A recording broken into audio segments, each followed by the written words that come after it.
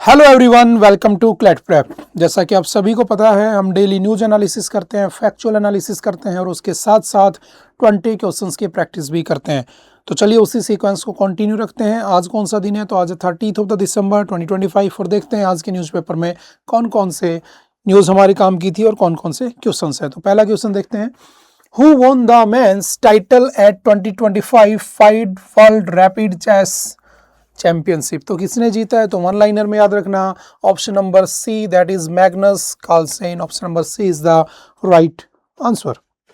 Next है, what is the name of long range guided rocket tested by the DRDO at the integrated test range Chandipur in December? तो कौन सा है जिसको हमने टेस्ट किया है चांदीपुर में? तो याद रखना Pinaka long range guided rocket को हमने चेक किया है। Option number B is the right answer. DRDO कब बना था? 1 जनवरी 1958 को। नई दिल्ली में इसका हेडक्वार्टर है।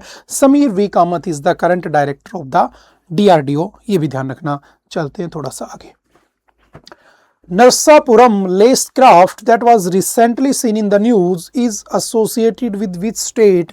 तो कौन से स्टेट से एसोसिएटेड है? याद रखना नरसापुरम लेसक्राफ्ट, तो याद रखना option number D, that is Andhra Pradesh. Option number D, Andhra Pradesh is the right answer. Next चलते हैं। The scheme for promotion of international cooperation for Ayush is implemented by which ministry? तो कौन सी है? तो मिनिस्ट्री ऑफ आयुष। सिंपल सा था, one liner. Option number C is the right answer.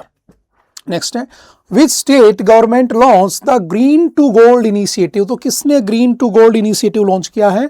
To promote industrial hemp cultivation. तो याद रखना इंडस्ट्रियल हेम्प कल्टीवेशन करने के लिए किसने लॉन्च किया ग्रीन टू गोल्ड? तो याद रखना option number A, that is Himachal Pradesh is the right answer, जहां पर इसे अलाउ किया गया है। आईएनएस वाघशीरी हमने कल भी पढ़ा था, जहां पे हमारी द्रौपदी मुर्मू जी हैं जो प्रेसिडेंट ऑफ इंडिया, उन्होंने वहां पर विजिट किया होता है। तो कौन सी क्लास की है? तो कल अगर आपने लेक्चर देखा होगा, कल वाली class. Option number B is the right answer. ठीक है। The Aravalli Range has been described as one of the oldest mountain system in the world dating back to which geological era? तो याद रखना आज भी हमने डिस्कस किया था, काफ़ी टाइम पहले भी, काफ़ी दिन से न्यूज़ में बनी हुई है। तो जो अरावली है is one of the oldest mountain range in the world, है ना। हाईएस्ट पीक इसकी आज के दिन गुरु शिखर है, जो लगभग 1722 मीटर बची है, जो कि आपके सिरोही डिस्ट्रिक्ट में बनी हुई है।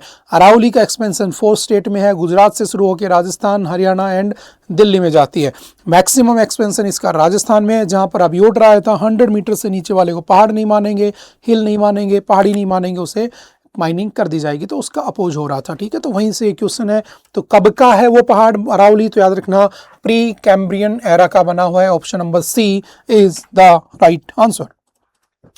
As per the definition discussed in the recent court observations, the Aravalli Range is defined as the cluster of hills located within how much distance of each other? तो देखो अगर यहाँ एक पहाड़ी है और यहाँ एक पहाड़ी है, अगर इन दोनों के बीच में सिर्फ 500 मीटर का गैप है, यानी कि विद इन 500 मीटर एक अनदर पहाड़ी या अनदर हिल वहां पर है, तो ही उसे रेंज मानेंगे, वरना नहीं मानेंगे और उसका माइनिंग वगैरह किया जा सकता है।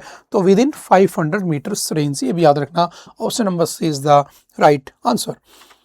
The proposed Aravalli Green Belt Initiative aims to create a green corridor of approximately, तो उसमें कर रहे हैं कि अरावली का लगभग 1400 किलोमीटर की लेंथ और 500 किलोमीटर उसके आसपास के रीजन को ग्रीन करना है, उसके लिए ग्रीनरी इनिशिएटिव लाया गया। बट जब जजमेंट आया तो पता चला उसे तो माइनिंग की जा सकती है, तो लोगों ने अपोज किया एंड सुप्रीम कोर्ट ने उस पर स्टे लगा दिया। ये वाली न्यूज़ आज हमने डिस्कस की थी। Next, which of the following Indian states or UTs is not covered under the proposed Aravalli Green Belt Initiative? तो देखो इसमें गुजरात है, बिल्कुल है, राजस्थान है, हरियाणा है, पंजाब नहीं है, क्योंकि पंजाब के अंदर अरावली का एक्सपेंशन ही नहीं है। तो option number D is the right answer. Next चलते हैं। The ecological significance of the Aravalli Range includes which of the following? तो क्या है उसका इकोलॉजिकल सिग्निफिकेंस? तो हमने डिस्कस किया था, acting as a green barrier against the eastward expansion of the Thar desert. बिल्कुल सही है, वो आपके थार के डेजर्ट को ईस्ट की तरफ आने से रोकता है। तो option number A is the right answer. तो पहला ही सही हो गया हमारा। द डिफेंस एक्वासिजन काउंसिल, इसने अभी आज ही हमने पढ़ा था 79,000 करोड़ रुपीस के है ना वर्थ के वेपन्स वगैरह खरीदने की डिमांड रखी है। तो क्या है डीएसी? तो डीएसी है डिफेंस एक्वासिजन काउंसिल, जिसको हेड कौन करता है? डिफेंस मिनिस्टर ऑफ इंडिया, ठीक है, जिसमें आर्मी चीफ, नेवी चीफ और एयरफोर्स चीफ भी बैठे होते हैं और वो डिमांड करते हैं कौन से वेपन्स चाहिए। और ये बना कब था? After Kargil war. Kargil war कब हुई थी? 1999 में, और उसके बाद 2001 में इसे बना दिया गया था। तो देन नेक्स्ट क्वेश्चन का option number B is the right answer. The defence acquisition council was constituted in which year? 2001 में, ठीक है। नेक्स्ट चलते हैं।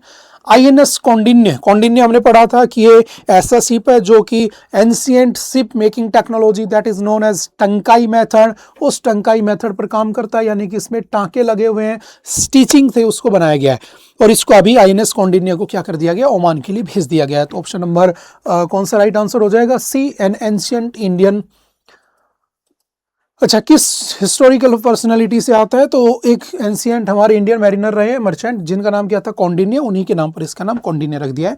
हमने इसको एडिटोरियल में अच्छे से डिस्कस कर लिया था। नेक्स्ट है the competition commission of India was established under which act? तो कौन से एक्ट से बना था? सीसीआई। तो याद रखना कंपटीशन एक्ट आपका कौन सा? 2002, ठीक है, इसके थ्रू इसको बनाया गया था कंपटीशन कमीशन ऑफ इंडिया को, जो मार्केट में मोनोपोली को प्रिवेंट करने का काम करता है, ठीक है। नेक्स्ट है the competition commission of India became a fully functional, कौन से ईयर में बना था? तो 2009 में बना था। Option number C is the right answer, ठीक है। 2009 में फुली फंक्शनल बॉडी बन जाती है। Which of the following is not a function of competition commission of India? तो इसका क्या काम नहीं है? एंटी कंपटीशन सही है, प्रमोटिंग कंपटीशन इन मार्केट सही है, कंज्यूमर इंटरेस्ट सही है, regulating price of essential commodities option number C, ये इसका काम नहीं है। तो C is the right answer, ध्यान रखना। नेक्स्ट चलते हैं। बोको हराम, है ना, हमने पढ़ा था कि ट्रम्प साहब ने क्या किया? नाइजीरिया पे अटैक कर दिया, क्योंकि वहाँ पर कुछ ग्रुप हैं, मिलिटेंट ग्रुप हैं, है ना, जो वहाँ पर क्रिश्चियंस को मार रहे हैं, जेनोसाइड हो रहा है वहाँ पे, तो उसको रोकने के लिए इन्होंने बॉम्बिंग कर दी। तो ये एडिटोरियल भी हमने अच्छे से डिस्कस किया था। तो कहाँ का है? Nigeria. Option number C is the right answer, ठीक है। नेक्स्ट चलते हैं। The primary ideology of Boko Haram क्या है? तो religious extremism, opposing western education, या क्रिश्चियनिटी का वो अपोज करते हैं। तो option number B is the right answer. ये हमने एडिटोरियल में अच्छे से डिस्कस कर लिया था आज। नेक्स्ट है In 2023, the Supreme Court of India held that legal recognition of same-sex marriage in India is primarily the responsibility of, तो कौन कर सकता है? तो पार्लियामेंट के ऊपर कंप्लीटली डिपेंड करता है। पार्लियामेंट अगर कोई लॉ बना दे, कोई एक्ट बना दे, तो डेफिनेटली कुछ ऐसा हो सकता है। बट आर्टिकल 21 के अंडर हम बस इतना कर सकते हैं कि same sex marriage is allowed, but recognition नहीं दिया जाएगा। उसके लिए आपको क्या करना पड़ेगा? पार्लियामेंट को लॉज बनाने पड़ेंगे। तो ये कंप्लीटली किसके ऊपर डिपेंड करता है? पार्लियामेंट पे। Option number B is the right answer. चलते हैं नेक्स्ट। ओके, आई थिंक आज के लिए इतना ही था। आई होप कि आपको बातें समझ में आई होंगी। फिर भी अगर कोई डाउट रहता है तो आप एनी टाइम आकर मिल सकते हैं, पूछ सकते हैं और अपने डाउट को क्लियर कर सकते हैं।